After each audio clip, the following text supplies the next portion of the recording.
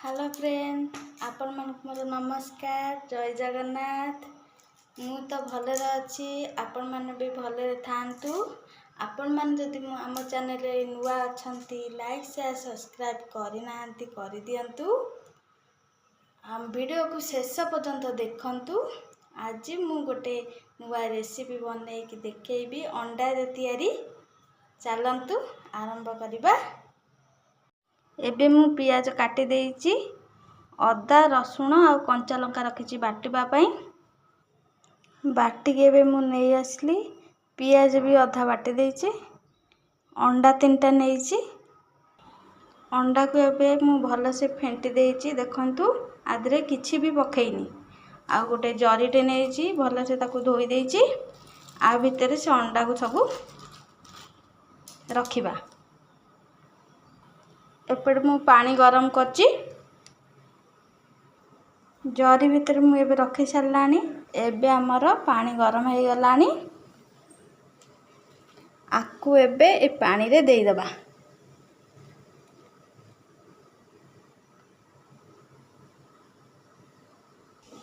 देखंतु एबे अंडा हो गलानी। आकु बाहर कर दबा। एबे मु ताकू जरी रु बाहर कर देली। आकु मु पनीर परी छोट छोट पीस करके काटिबी। एबे देखंतु बढ़िया से आकु मु छुरी रे काटी देइची। एबे कढ़ाई रे तेल पके देइची। आकु टिके हल्का फ्राई करबा।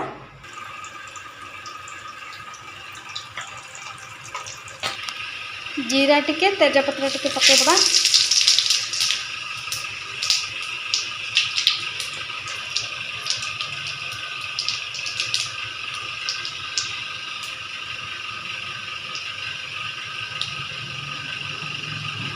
तापर पियाज पके दबा। देखंतु एठी मु बड़ा से छाणी के एठी थोई देची। आ आलू भी गोटे पकेइची।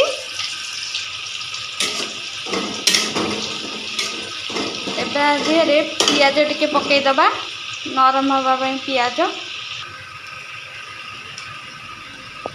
एबे पियाज हो गलानी। आधे नाली लंका चुना टिके दे दबा।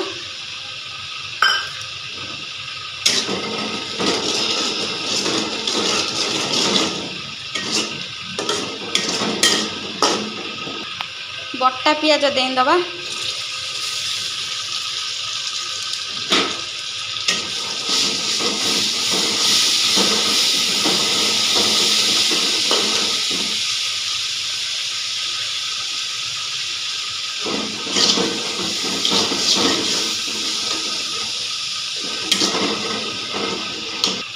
पियाज हो गलानी।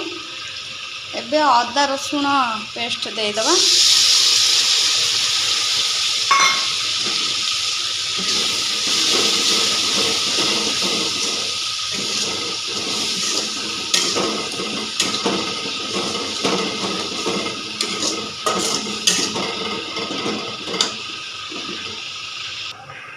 जीरा चुना, मीट मसला, धनिया पाउडर, हलदी गुंड, लंका गुंड सब आदे दे देची टाटिया रे। आपको नहीं सब कड़े रे पके दबा।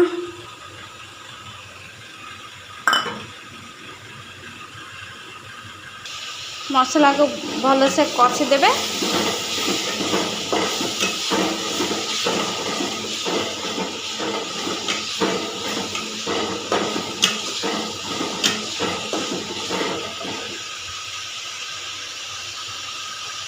एबे मोर मसला हो गलानी। एबे मु अंडा और आलू को आधे दे देबी।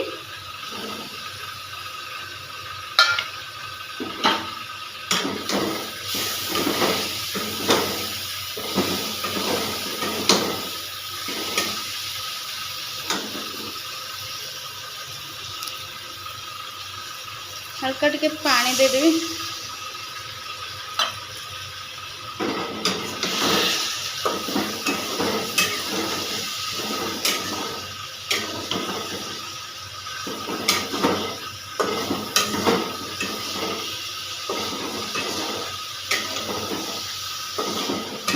बेसी भी कषिया आवश्यक नहीं, अल्प कषिकी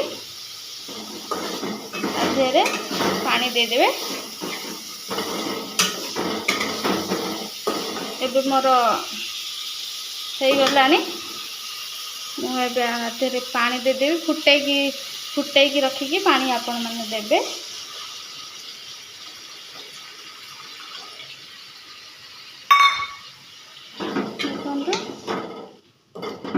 पानी देदेवे।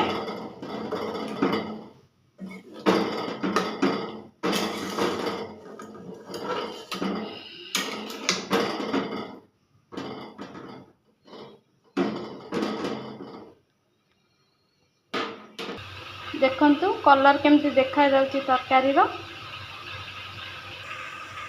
एबे मु मेथी पत्र पकई देछि एबे गरम मसाला पकेबी। एबे तरकारी हेगला देखंतु केमती कलर आसीची पूरा पनियारी तरकारी बळे देखा जाउची। आपण माने एमती बनांतु खांतु।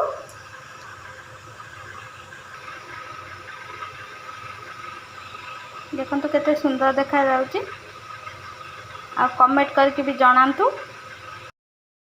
आपण मान जदि मोर शॉर्ट वीडियो देखुछंती कमेंट करके जणांतु केमती लागुची।